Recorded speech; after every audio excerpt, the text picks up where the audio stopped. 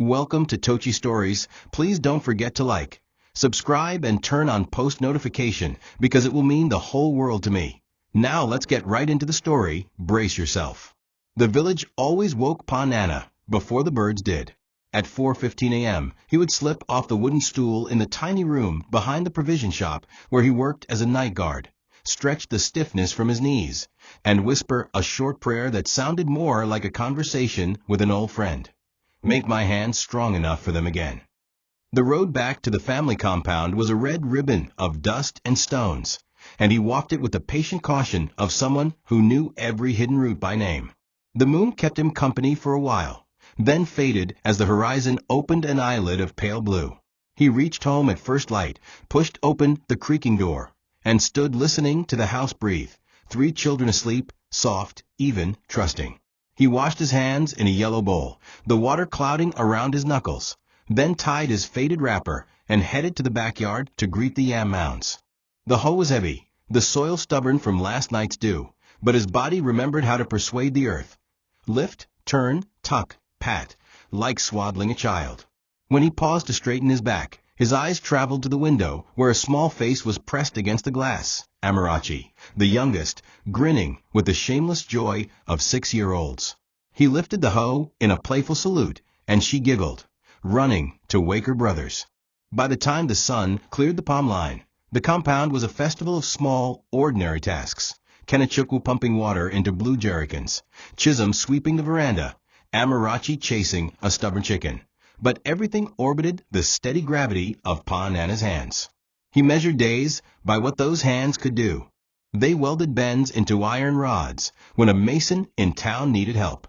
They climbed palm trees with rope and courage to tap wine for weekend ceremonies. They stitched the torn straps of school bags with coarse thread and patient eyesight.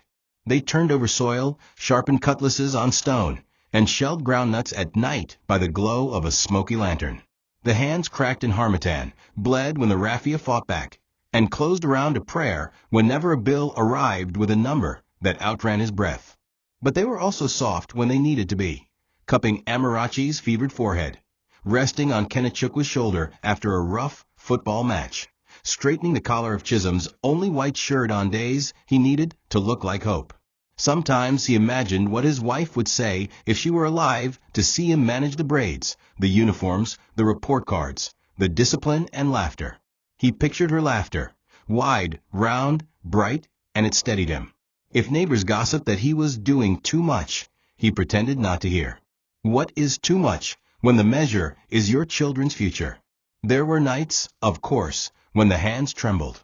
On those nights, the shop's generator coughed into silence, and the street sank into a darkness that made even the crickets cautious. He would sit with his back against the tin wall, nursing a cup of lukewarm Gary, and replay the arithmetic of the week. Uniforms due, PTA levy pending, farm tools loaned out and never returned, a promise to the headmistress to buy new readers before the term's end. He kept a small book of numbers in his pocket, a ledger of favors owed and debts forgiven, and when the figures shamed him, he would close his eyes and remember smaller victories, a good harvest, a fever that broke at dawn, the way Amarachi's laughter could scatter worry like pigeons at a market. Dawn always came. He would lock the shop, wash his face at the standpipe, and return to the road. At the compound, the children would run to meet him, the way seedlings lean toward sun. Papa, see my star. Amarachi would cry, flashing a drawing from school. Papa, the coach said I can play midfield, from Kenachukwu. Papa, I passed mathematics, from Chisholm, cheeks hot with pride. And he would lift his hands, those cracked, stubborn, faithful hands, and bless them in the old language his father taught him, a quiet benediction that wrapped around their small shoulders like a shield none of them could see, but all of them felt. Dinner in Pon Nana's house was an evening ceremony of careful abundance, even when the pot knew better. He learned early that children eat with their eyes first, so he plated their EBA like small sons, 3 round mounds, equal, generous looking, with a swirl on top to make them laugh. The soup, ugwu, and a stretch of okra thickened with crayfish. He poured in circles to give the illusion of plenty, hiding the scant meat under leaves, as if tucking them into bed. Eat, my lions, he would say, and watch them with the rehearsed nonchalance of a man who has taught his own stomach to be invisible. The spoon he kept for himself was always later, and later hardly came. When neighbors knocked to borrow salt or matches, they met a man cheerfully rinsing plates, saying he had already eaten in town. Those who knew better pretended to believe him. Those who didn't traded theories outside in low voices that carried into the night like moths. He is too proud. He should send that small girl to live with her aunt. He loves them too much. Is that a thing? He ignored it all, holding only to a private proverb that had saved him since widowhood. Better my stomach cries than theirs. The children did not notice at first. Children aren't built to count sacrifices. They count moments. Amarachi counted how many times Papa let her lick the spoon. Kenichukwu counted the seconds he could keep a ball in the air without letting it fall. Chisholm counted the pages he had read, a little soldier of arithmetic marching toward a prize only he could see. But children also learn by sound, and on a particularly thin evening, when the lantern hummed louder than usual and the pot scraped bottom too soon, Amarachi heard a noise she did not recognize. It was the soft, embarrassing growl of a grown man's hunger, and it came from her father. She looked up, stunned, a smear of soup shining on her chin. Pon Nana smiled, patted his belly, and made a joke. That one is a stubborn goat. It wants plantain, not soup. They giggled, the moment passed, and the next morning he left the compound with a tighter knot in his wrapper and a new promise to himself. The goats in his stomach would learn better manners. The village, however, had its own curriculum. Women at the stream could weaponize sympathy, and one morning Mama Ifioma pressed 2 pieces of smoked fish into his palm with a sigh that was all accusation and affection. Take. Don't argue. Your Amarachi needs blood in her cheeks. He tried to refuse, but she closed his fingers with a firmness that reminded him of his late wife. At the school gate, the headmistress spoke gently about PTA dues, her eyes soft. We know you are trying. Bring what you can. He promised.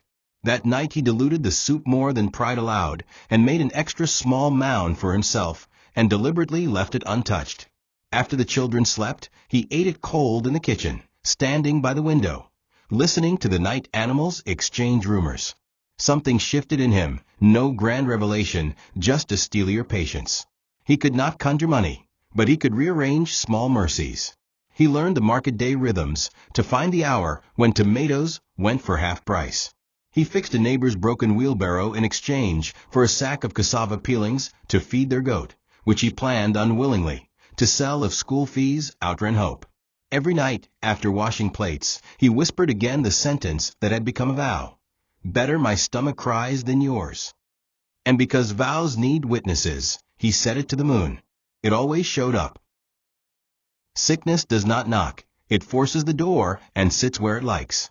Amarachi's fever came with the arrogance of harmattan dust, everywhere, uninvited, hard to sweep out. One evening she was chasing a kite, cheeks pink with triumph. By dawn she was glassy-eyed, small body burning in a way that made Pon Nana's hand shake so badly he spilled water twice before he could lay the wet cloth on her head. The local nurse tried paracetamol and prayers, then looked at him with a clarity people reserve for cliff edges. She needs tests in town. Now. Town meant transport fares, doctor's fees, prescriptions with names longer than sleep, and a new kind of arithmetic his pocket could not survive. He did not waste hours arguing with reality. He wrapped Amarachi in a faded wrapper, settled her against his chest, told the boys to lock the door and follow with the neighbor, and began the long walk to the junction where buses grudged their way to the general hospital. On the road, he did not bargain with God. He negotiated. Take my land, he whispered between breaths. Take my strength. Leave the child. He did not mean it as poetry. He meant it as a transaction. Hospitals smelled like defeat and disinfectant. The doctor, a tired man with gentle hands, ordered tests, wrote numbers that bled into larger numbers, and, almost apologetically, asked if the family could manage. Pon Nana said yes, because parents only learn one answer in emergencies. He watched the nurse slide a needle into Amarachi's small hand and had to step outside because the corridor warped and darkened around him. In the courtyard, he took out the brown envelope where he kept the deed to the one remaining fertile plot his father had left him. the land he had promised to keep until his granddaughter could plant beans on it and laugh at old stories. He ran his thumb over the inked lines and remembered rain on that soil, remembered his wife laughing with a basket on her hip, remembered the day he taught Kenechukwu to press a yam set into the earth and why the angle mattered. Then he folded the papers carefully and went to find the only man in town who could buy quickly, a beer parlor owner who ate land with the same appetite he sold beer. The negotiation was brief and insulting. "Old man, the market is down," the buyer said, voice oily. "You should be grateful I'm even offering." Pride rose, hot and foolish, then fell away like chaff. Pride cannot buy antibiotics. He named a number that still felt like betrayal. The buyer cut it in half with a smile. They haggled, sweating, the clock in the doctor's office crawling in his mind.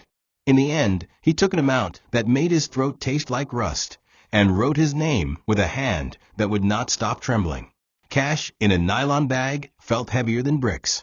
He returned to the hospital and paid in neat bundles, watched Amarachi sleep under in 4 as the nurse hummed a nursery rhyme, and sat on the plastic chair like a man both saved and undone. When the doctor later said the word stabilizing, relief buckled his spine. He put his head in his hands and cried quietly, the way men cry when no one must see that kingdoms have fallen inside them. That night he bought the children bread and milk, fed Amarachi spoon by spoon, and told the boys a brave version of the story. How God had provided quickly, how land can return but life cannot. He did not say that the map of their future had just been redrawn. He did not say that when he looked at his hands, he imagined soil slipping through them for the last time. He simply kissed Amarachi's forehead and promised her, out loud, a long life full of noisy mornings. Then he went outside to the corridor and, as if the concrete had ears, said to the night, "Thank you for taking mine instead." Pon Nana had always known that raising children meant fighting battles they would never see. But the one that came in Kenechukwu's final year of secondary school was one of those wars that left invisible scars. It began on a Tuesday afternoon, the kind of day when the sun burned everything into shark shadows. He was returning from the farm when a panting neighbor's son told him to go to the school immediately. Kenechukwu had been caught stealing a teacher's wristwatch. The words lodged in his chest like thorns. By the time he arrived at the principal's office, the boy was sitting in a corner, head bent low, his uniform shirt clinging to his back with sweat. The teacher in question, Mr. Basil, was pacing the room, waving the wristwatch like a trophy of moral failure. "We caught him red-handed," he barked. "Do you know what this means for your son's record?" The principal's face was grave. She spoke of expulsion, of police involvement. Pon Nana listened in silence, his eyes flicking to Kenechukwu's trembling hands. He knew the boy's clumsy lies were covering something, fear, perhaps shame, but this was not the time for interrogation. He asked for a private word with Mr. Basil, and when the principal reluctantly stepped out, the conversation shifted from accusation to negotiation. It turned out Mr. Basil wasn't as interested in justice as he was in money. "We can let this go quietly," he said, lowering his voice. "But you'll need to show some seriousness. 20,000 naira. For Pon Nana, that amount was the height of a mountain he could barely see the top of. But the man was adamant, no money, no mercy. "Your son will be in the papers," he added coldly, knowing exactly where to press. Pon Nana's mind raced. 20,000 meant selling the small set of tools he used for carpentry work, the only backup income he had apart from farming and his night guard shifts. But it was also a matter of dignity, not just his own, but Kenechukwu's entire future. Expulsion would slam shut doors that had taken years of sacrifice to keep open. By sunset, the tools were gone, sold to a trader in the next town for less than half their worth. The cash passed to Mr. Basil the next morning, folded into a brown envelope without a single word exchanged. When it was over, he walked Kenechukwu home in silence. They passed through the dusty market road, past women selling roasted corn and boys chasing tires with sticks. The boy kept his head low, ashamed but too young to understand the size of what had just been done for him. That night, while Amarachi and Chisholm slept, Pon Nana sat on the veranda, his back against the wooden pillar, looking at the sky. He didn't need thanks, but he felt the weight of a secret that might never be told. that sometimes a father's love is measured not in the meals you eat together, but in the storms he swallows, so you can walk in the dry. The next morning, he woke before everyone else and prepared Kenechukwa's uniform for school, pressing it carefully with a charcoal iron, as if smooth fabric could also iron out the mistakes of youth. When the boy emerged, still avoiding his eyes, Pon Nana placed a hand on his shoulder and simply said, "Go and do better." It was both a command and a blessing. The day Chisholm left for the city was supposed to be a celebration, but it felt more like a quiet funeral. The plan had been in motion for months. An uncle in Lagos had promised to help him find work at a mechanic shop, with the possibility of evening classes later. It was a kind of opportunity that could change a family story, but the cost of getting there was still beyond Pon Nana's reach. Transport fares, food for the journey, and a small amount to start life in the city. These things were not given freely by the world.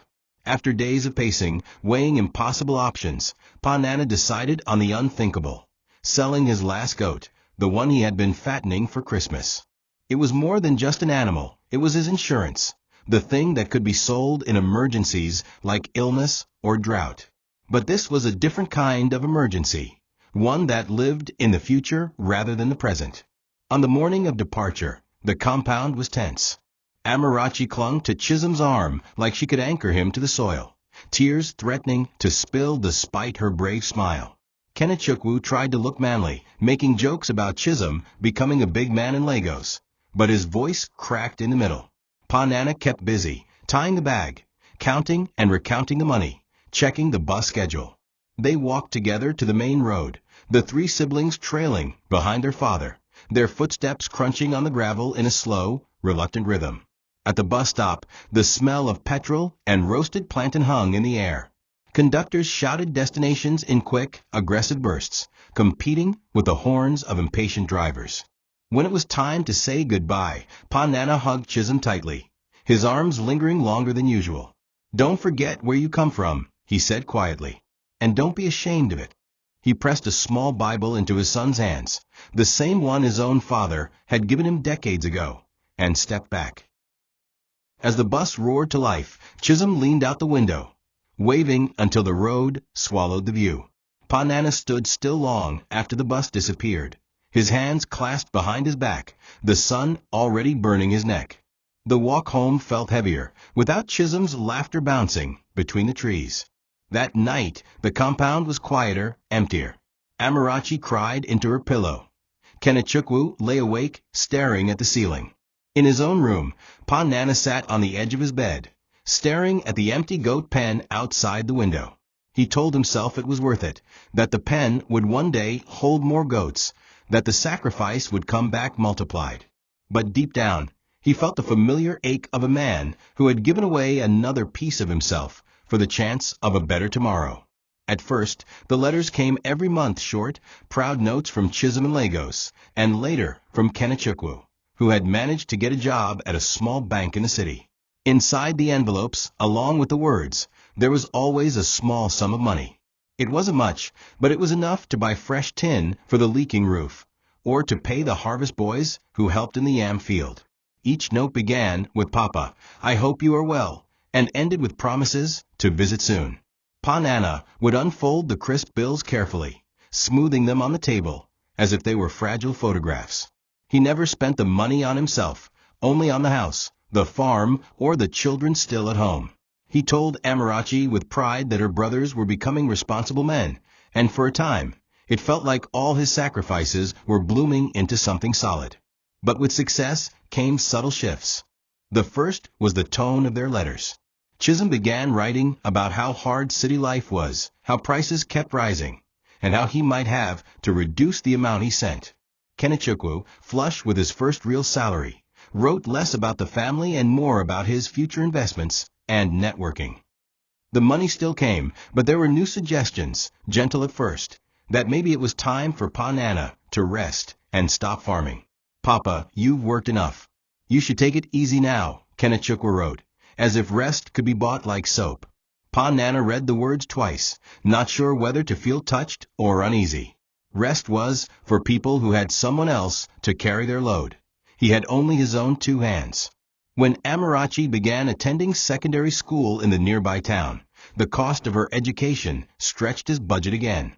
He hinted in his next letters to the boys that more help would be welcome. The replies were polite but evasive promises to see what we can do, followed by long silences. Still, he refused to complain. Every market day, he bought a little extra meat or fish for Amarachi's meals, telling her, "Your brothers are helping now." He wore the same 2 shirts week after week, patching the cuffs with old cloth. On Sundays, when neighbors asked if the children were sending money, he smiled and said, "They're doing their best." Inside, he prayed that the best would always be enough. It was a harmattan season when Pon Nana decided to visit Amarachi in Lagos. The dry wind carried dust like memory, clinging to skin and clothes, and the nights were cold enough to make the bamboo walls of his house creak. He had been thinking about the visit for months. Amarachi had moved to Lagos 2 years earlier after marrying Chinedu, a young businessman with a fleet of motorcycles and a small but thriving electronics shop.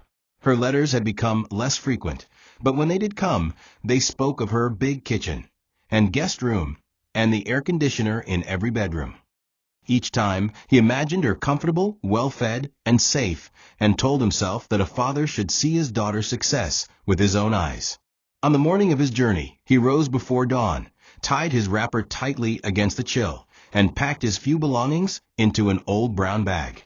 Inside, wrapped in a scarf, was a small gift, a basket of dried bitterleaf and smoked fish from the village, things Amarachi loved as a child. He took the bus to the city, the hum of the engine and the smell of exhaust mixing with the murmurs of other passengers, as they told stories of Lagos traffic and opportunity. When he arrived at Amarachi's estate, he was awed by the tall gates and the neatly paved road. The security guard wore a clean uniform and a stern face. Pon Nana introduced himself politely, saying he was here to see his daughter. The guard stepped away to make a call. A few minutes later, he returned with an awkward cough. "She said she's not at home," he muttered, avoiding eye contact. The words didn't make sense. Pon Nana could see the curtains in her living room window fluttering in the breeze. He tried again, explaining that he had come from the village, that this was his only daughter. The guard shook his head and shifted his weight, his discomfort plain. "Oga, I'm just doing my job. She's not around." The sentence landed like a stone in his chest. His gift basket felt heavier in his hand. For a long moment, he stood at the gate, staring at the house that looked both familiar and foreign. Then he nodded once, thanked the guard, and turned away, the dust of the road catching in his throat. On the bus ride back, he kept the basket on his lap, fingers curled around the handle. He didn't eat the bread he had bought for the journey. Hunger felt unimportant. His mind replayed Amarachi's voice, calm, distant, telling the guard to send him away. He tried to make excuses for her. Maybe she was ashamed of her humble father before her rich neighbors. Maybe she was tired. Maybe she had guests she didn't want to explain him to. But beneath each excuse was a harder truth he didn't want to face. That success sometimes builds walls thicker than the ones made of brick. By the time he reached the village, the sun had set, and the sky was a deep blue filled with the hum of night insects. He placed the basket on the kitchen table and sat in the dark, listening to the house breathe. He didn't tell Amarachi he had come. He didn't tell anyone. In the silence, he decided he would not try to visit again unless she asked. The rainy season that year was cruel. The clouds didn't just pour. They hurled water at the earth with a fury that turned narrow paths into rivers and stripped the bark from mango trees. Pon Nana's house, already leaning into age, began to surrender under the onslaught. It started with a small drip in the bedroom corner, a sound like a clock ticking on the floor. He tried patching it with pieces of old zinc and plastic bags, climbing onto the roof with a hammer and a prayer, but the next storm found a new path inside. One night, the wind roared so loudly it rattled the doors, and the rain found its way into the living room, running down the mud walls like veins. By morning, 2 mats were soaked, the wooden chair legs swollen with water. Amarachi and Kenechukwu had both called earlier that month, and he had hinted, gently, about the state of the house. "Papa, there's no point fixing that old mud house," Kenechukwu had said with a light chuckle. "When I'm ready, I'll build you something new. Just manage for now. Amarachi's reply had been similar, her voice sweet but distant. Papa, you know Lagos is expensive. I'm saving for something big. We'll talk later. Later didn't come. The storms did. Each one seemed to find a new weakness in the roof, and the smell of damp earth began to cling to everything: clothes, bedding, even the pages of the Bible on his bedside table. At night, he would move his mat to avoid the leaks, sometimes sleeping close to the door, wrapped in an old wrapper against the cold. Neighbors noticed, offering small pieces of advice or old tarpaulins, but pride made him decline most of it. My children will fix it soon, he would say, as if speaking it aloud could make it true. Inside, though, he was less certain. He knew the roof was a symbol, more than just shelter. It was a test of how far his children's love and responsibility reached now that they stood on their own feet. One particularly heavy night, he woke to the sensation of water dripping on his forehead. He sat up, the wind howling through the eaves, and stared at the dark ceiling. The leak was directly above where his head had been. For a long moment he just sat there, letting the cold drops slide down his face, mixing with the warmth of silent tears. He wasn't crying for the roof. He was crying because he had begun to suspect it would never be fixed, not by the hands he had raised, not by the people he had sacrificed for. The next morning he swept the water from the floor, wrung out his clothes, and went to the farm as if nothing had happened. But in his chest, something small and warm had gone cold. At first, the silence came slowly, like a shadow stretching across the yard at sunset. Calls that used to come every week became fortnightly, then monthly. Sometimes it was Amarachi who called. Sometimes Kenechukwu. Chisholm, still in Lagos, called the least. Each conversation began with polite questions. Papa, how are you? And ended quickly, always with a promise to call back soon. He tried to convince himself that they were busy building their lives, that this was normal for children in the city. But the pauses between voices grew longer, and the sound of his own ringtone became something that startled him. On the days when the phone did not ring, he carried it in his pocket anyway, checking it often, as if touching it might coax it to life. Loneliness crept in like dust under the door. Evenings were the hardest. After supper, he would sit on the veranda, looking at the road, imagining one of his children walking down it, carrying a bag of food or clothes, smiling the way they used to when they came home from school. But the road stayed empty, and the air was filled only with the chatter of distant neighbors or the occasional cry of a night bird. Sometimes he would compose messages in his head, thinking of calling them first, but pride, or perhaps fear of interrupting their lives, would hold him back. In his heart, he knew that relationships were like gardens. They needed tending, and this one was slowly being overrun by weeds of neglect. There were moments when the silence felt heavier than any physical burden he had carried. On market days, he would hear other fathers boasting about their children sending money or visiting for the weekend. He would smile politely, never letting them see the ache in his chest. At night, lying on his mat, he would remember the sound of their laughter when they were small, the way they used to race to meet him at the gate. He would whisper their names into the dark, as if calling them in his sleep might bring them back. But the phone stayed quiet, and the only reply was the hum of crickets outside. The decision to visit Kenechukwu in the city came after weeks of restless nights. The phone had been quiet too long, and the last time they spoke, Kenechukwu's voice had sounded distracted, like a man half listening. Pon Nana told himself that perhaps if his son saw him in person, they could talk, share a meal, laugh like before. He rose early on market day, washed his one good shirt, and polished his old sandals until they looked almost new. In his pocket, he placed a folded note of the few things he needed help with: the roof repairs, a new hoe for the farm, and school shoes for Amarachi. The bus ride was long and hot, the conductor shouting at passengers for exact change, the smell of roasted groundnuts and sweat mixing in the cramped air. But he endured it, clutching his brown bag and looking out at the blur of traffic, his mind rehearsing how the conversation would go. He imagined Kenechukwu's surprise, the smile on his face, the warm handshake that would follow. The thought warmed him more than the sun spilling through the cracked bus window. When he arrived at the bank where Kenechukwu worked, The glass doors gleamed like mirrors, and the security guard at the entrance looked him over with a sharp eye. "Good afternoon. I'm here to see my son, Kenechukwu," Pon Nana said politely. The guard frowned, asked for his name, and disappeared inside. A few minutes later, he returned with a carefully neutral expression. "Your son is busy, sir. He said he can't see visitors right now. Maybe you should call him first." The words felt like a slap, but Pon Nana kept his voice calm. "Please, tell him it's his father from the village." The guard hesitated, then went back in. This time, he didn't return with words, just a dismissive wave from the reception desk and a polite but firm, "He says he's in a meeting." Through the glass, Pon Nana could see his son walking briskly across the lobby, head turned away. It was only a second, but it was enough. His son had seen him and chosen to keep walking. The walk back to the bus park was long and heavy. The city's noise pressed against him, blaring horns, hurried footsteps, vendors shouting, but it all felt muted, like someone had turned the volume down on the world. At the park, he sat on a wooden bench, holding his bag tightly, the folded note still in his pocket. He didn't take it out. There was no point. By the time he returned to the village, the sun had dipped low, painting the sky in gold and purple. Amarachi ran to greet him, but he only managed a tired smile. He placed his bag in the corner and sat quietly in his chair, staring at the wall.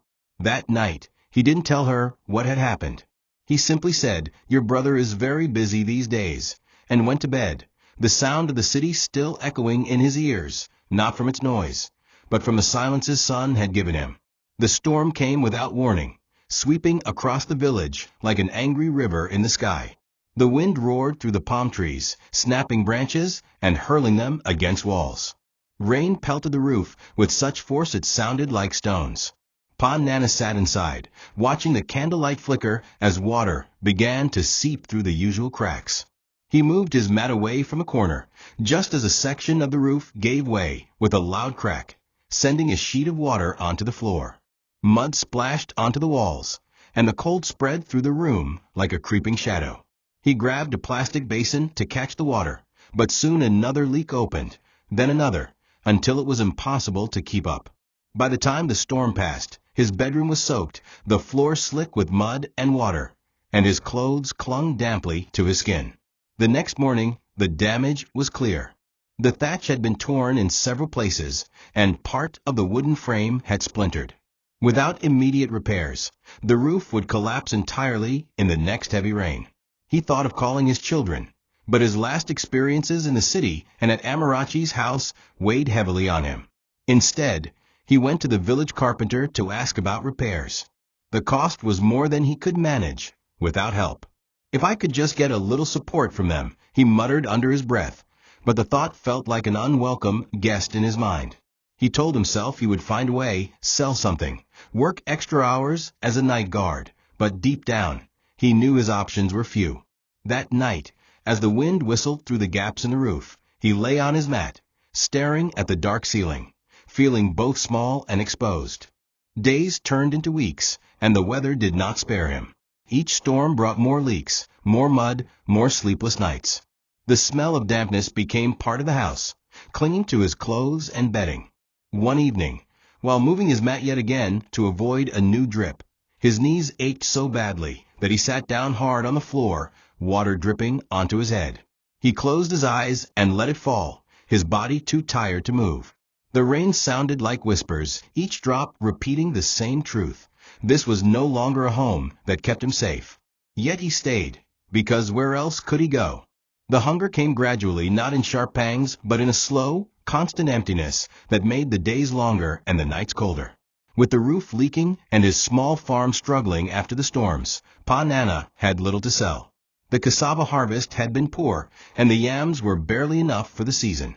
He began relying on the kindness of neighbors, Mama Ifioma bringing a small plate of rice, young Obina from next door sharing roasted maize after market day. At first, he accepted these gifts with thanks, telling himself they were temporary, that things would get better. But as the weeks passed, the help became his only steady source of food. He still worked when he could, repairing farm tools for a few coins or helping with small harvests. but the earnings were barely enough for Gary and salt. One market day, after selling a small bundle of firewood for less than its worth, he stood at a roadside stall, counting his coins and realizing it wasn't enough for both food and kerosene. He chose the food, a small loaf of bread, and carried it home like treasure. That night he divided it carefully, saving half for the next day. As he ate, he thought of the meals he used to provide for his children when they were small, the steaming bowls of yam porridge, the fresh vegetables from the farm, the laughter around the table. Now the table sat empty, covered with dust. The sound of their voices had been replaced by the distant chatter of neighbors and the occasional knock of a well-meaning visitor offering leftovers. His health began to show the signs of strain, weight loss, a persistent cough, and knees that ached more with each passing day. Still, he told no one in his family. Pride and love held his tongue. He didn't want them to feel burdened, though he knew in his heart they were far from thinking of him. One evening, Mama Ifioma knocked at his door, holding a warm plate of pounded yam. "Eat, Pon Nana. You need strength," she said, her voice both gentle and firm. He took the plate with a quiet thank you, his eyes wet with gratitude. As he ate alone under the leaking roof, he wondered when his children had last thought of him, not in passing, but with the urgency that once tied their hearts to his. The bread was borrowed, the roof was borrowed time, and his hope was wearing thin. Silence is not loud when it begins. It tiptoes in, gentle and almost polite, until it has rearranged the entire house. For Pon Nana, the silence settled in like a tenant that paid no rent and refused to leave. Months passed without hearing from his children. No letters, no calls, no visits. At first, he told himself they must be busy. Chisholm finding his footing in Lagos, Kenechukwu advancing at the bank, Amarachi perhaps caring for children of her own. But with each week that passed, the justifications grew thinner. Even on his birthdays, days he once marked by cooking extra food and sharing kola nut with neighbors, there were no calls. The phone sat on the small wooden table by his bed, dusty and quiet. He stopped charging it regularly, because there seemed no reason to keep it alive if no one on the other end was waiting. The village noticed before he admitted it to himself. Mama Ifioma would sometimes stop by, a plate of soup in hand, and her eyes would scan his face as if searching for cracks. "Any news from the children?" she'd ask, her voice a mix of curiosity and pity. He always gave the same answer: "They're doing well. Very busy, but they're fine." The words were like clothes that didn't fit anymore, but he wore them anyway to keep the cold truth from touching his skin. Market days became lonelier.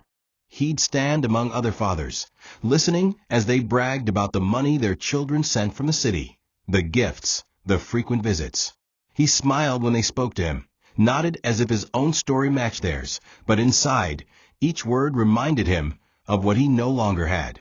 Even the seasons seemed to change without his notice.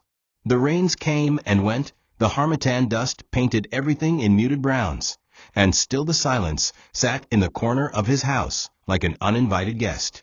He grew thinner, his hair more silver, his hands slower to grip the hoe. But he kept moving, because stopping meant thinking, and thinking meant confronting the truth, that his children had not just drifted from him, they had left him. On quiet nights, when the cricket sang and the moonlight painted silver squares on the floor, he would whisper their names into the dark. Amarachi, Kenechukwu, Chisholm. The names felt both near and impossibly far, like stars he could see, but never touch. And yet, some stubborn ember in his chest refused to go out. He still hoped that one day, the road to his compound would carry their footsteps again. In Lagos, Amarachi's life was unraveling thread by thread, though she tried to keep the seams hidden. Chinedu, the man she had married with dreams of comfort and stability, had changed in ways she could neither predict nor control. The business that once thrived began to falter after a failed expansion into imported electronics. Chinedu became irritable, prone to long absences, and increasingly distant at home. Amarachi had learned to read the signs, the late-night showers, the faint traces of perfume she didn't own, the phone calls he took in the balcony with his back to her. She tried to hold on, telling herself that marriage required patience, that business stress could make a man cold. But the truth knocked one humid evening when Chinedu came home and announced, without shame, that he was leaving her for a younger woman. "She understands me better," he said flatly, as if Amarachi were an item being returned for lack of satisfaction. The humiliation was sharp and public. Within weeks, the new woman moved into the home Amarachi had once decorated with her own hands. Friends who used to visit stopped calling, as though her misfortune might be contagious. Her neighbors whispered, their voices carrying just far enough for her to hear. The same Amarachi, who once avoided her father out of embarrassment, now found herself hiding from others. Her savings were small, barely enough to cover rent for a modest apartment after Chinidu forced her to leave. For the first time since leaving the village, she had to cook her own meals daily and count coins for transport. The polished city life she had clung to so tightly now felt like a costume that had been stripped away in public. In her lowest moments, she thought of her father, his patience, his quiet strength, the way he could survive storms without breaking. But shame kept her from calling him. How could she return to the man she had rejected, the man she had once refused to see at her own gate? She told herself she would fix her life first, regain some dignity before going back. But each day, without his voice, felt heavier. She began to realize that the distance she had created was not a bridge she could easily cross again. It was a canyon, and she had been the one to dig it. Kenichukwa's downfall came dressed in the fine clothes of opportunity. At the bank he had been moving steadily upward, trusted with larger accounts, praised for his discretion and ability to keep clients comfortable. But ambition, when mixed with desperation, can turn poisonous. It began with small favors for a wealthy client, looking the other way on paperwork, expediting transfers without the proper signatures.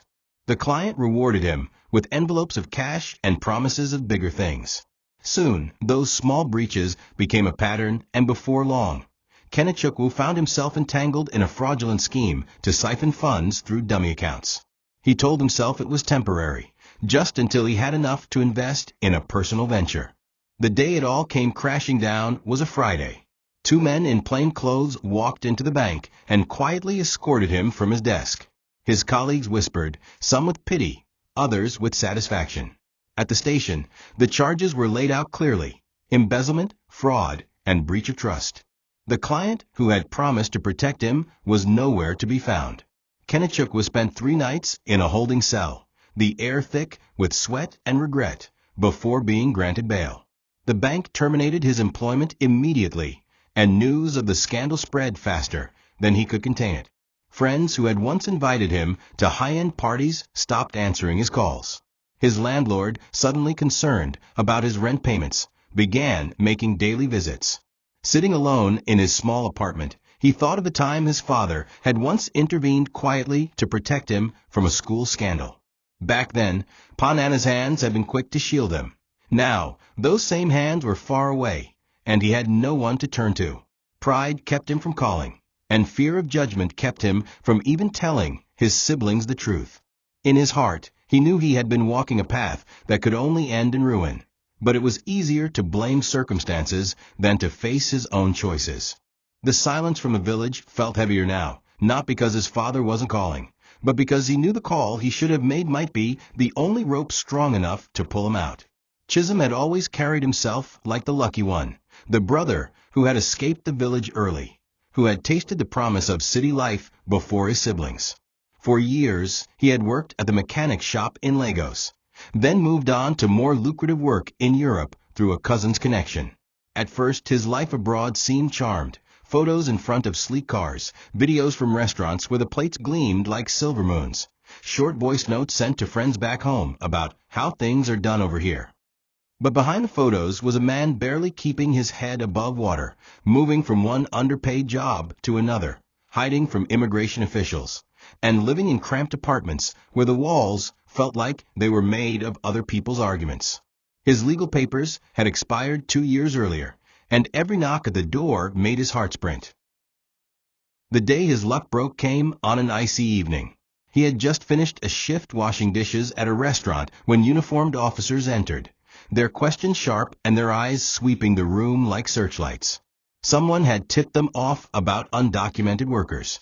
Chisholm tried to remain calm, but when they asked for his documents, he knew the game was over. Within days, he was on a plane back to Nigeria, his belongings stuffed into a single suitcase, his dreams folding in on themselves like wet paper. At the airport in Lagos, there was no one waiting to greet him. No friends, no family. He called Amarachi, but her phone rang without answer.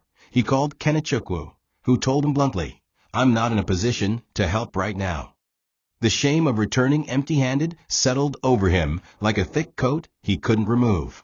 In the weeks that followed, Chisholm drifted between cheap hotels and the couches of acquaintances until his money ran out. Finally, with nowhere else to go, he decided to return to the village. The bus ride was quiet except for the sound of chickens in woven cages and the low hum of other passengers' conversations. When the bus turned onto the familiar red dirt road, he felt both relief and dread. He hadn't seen his father in years, and the last time they had spoken, he had brushed off the old man's concerns with a laugh.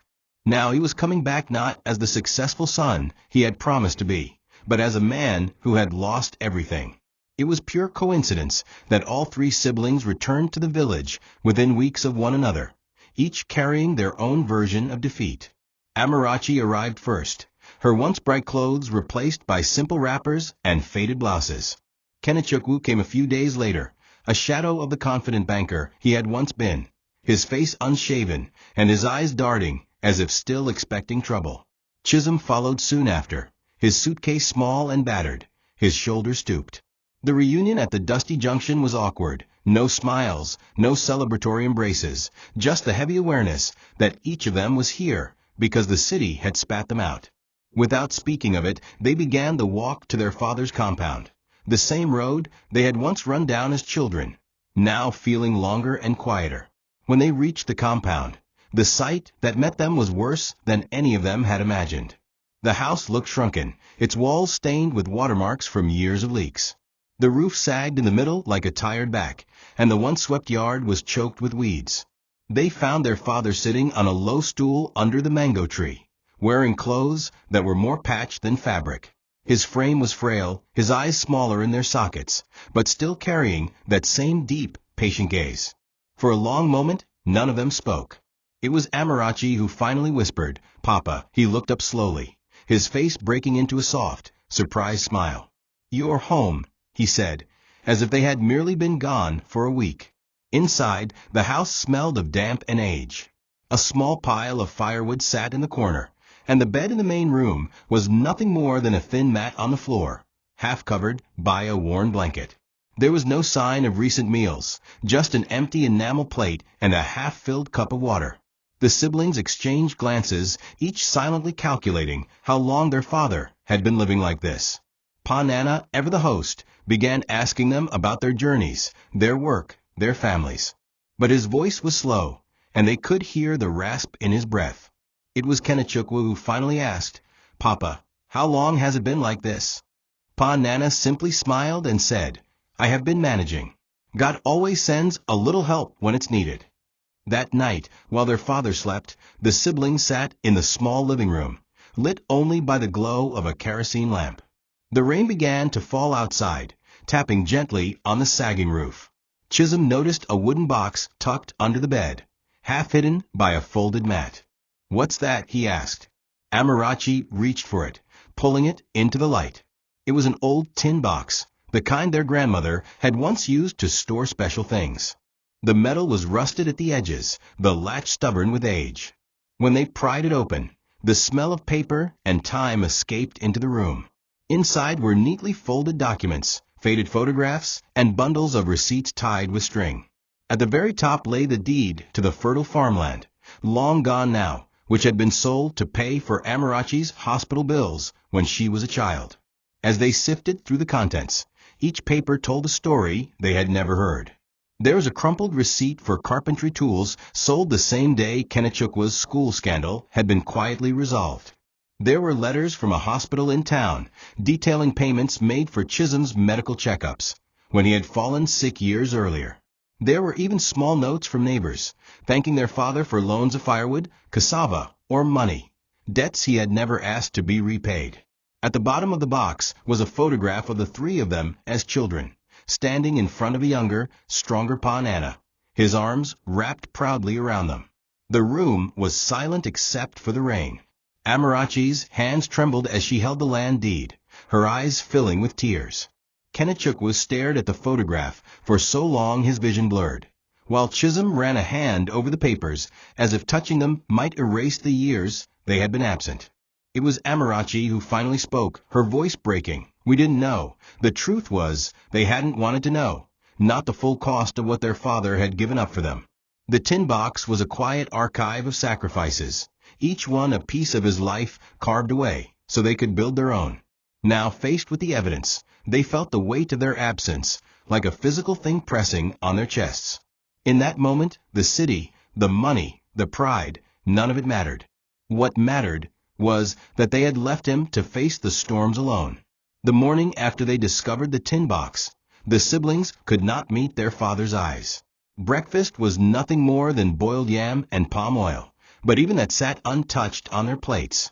Pon Nana, sensing the shift in the air, asked softly, "Did you sleep well?" Amarachi's answer caught in her throat. Kenechukwu cleared his, trying to steady his voice, but only managed to faint. "We found your box, Papa." The old man's gaze shifted to the corner where the tin had been kept, and a slow smile touched his lips, not a smile of amusement, but of acceptance. "I kept those things so I wouldn't forget," he said quietly. "Not so you would find them." The words only deepened their shame. They wanted to explain, to apologize, to undo the years in which they had turned away from him. But how could a few words ever bridge the chasm they had allowed to grow? It was Amarachi who broke first. She slid from her chair to the floor, kneeling beside her father's stool. "Papa, I am so sorry," she said, the tears flowing freely now. "I was ashamed not of you, but of myself. I didn't want you to see that I had forgotten the kind of person you raised me to be." Her voice shook as she clutched his thin hand. Kenechukwu joined her, his head bowed. "I failed you, Papa. I thought the city was making me a man, but it was only making me proud." Chisholm, sitting on the floor with his back against the wall, covered his face with his hands. "I thought I had time. I thought you would always be here when I was ready to come back." Their voices tangled with the sound of their crying, filling the small room with a grief heavier than any storm. Pon Nana listened without interrupting.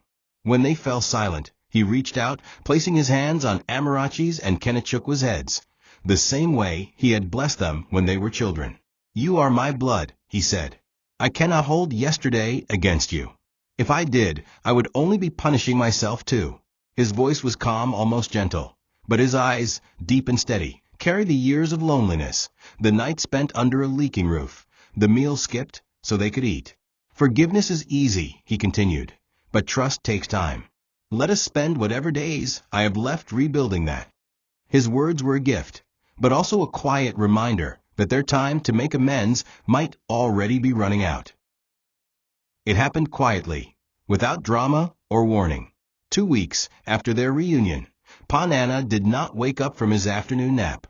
The sun was still high, casting warm light into the room, and his hands were folded neatly on his chest, as if he had been waiting for someone to find him. When Amarachi entered to call him for his evening tea, she froze in the doorway, the tray trembling in her hands. Kenechukwu rushed in at her cry, followed by Chisholm. They stood in stunned silence, the truth sinking in slowly. He was gone. For a long while, none of them moved. Then Amarachi set the tray down and knelt beside him, pressing her forehead to his shoulder. "We came back too late," she whispered, and the words felt like a stone thrown into still water, sending ripples of regret through all of them. The days that followed were filled with preparations, visitors, and the strange mix of noise and emptiness that surrounds death. People came from all over the village and beyond, telling stories of how Pon Nana had once helped them, gifting cassava to a widow during a drought, repairing farm tools for free, paying a stranger's hospital bill. The siblings listened in silence, each new story another reminder of the man they had left behind. On the day of the burial, the air was thick with heat, and the smell of freshly turned earth mixed with the faint scent of the mango blossoms overhead. The three of them stood together, their hands clasped tightly, watching as the coffin was lowered into the ground. Amarachi's tears fell freely. Kenechukwu's jaw was clenched. Chisholm's shoulders shook with quiet sobs. When the last handful of soil was thrown, they stayed long after the crowd had left, unwilling to walk away from the man they had just found again. That evening they sat under the mango tree, the same spot where they had first seen him upon returning. The sun was dipping low, painting the sky in streaks of gold and crimson.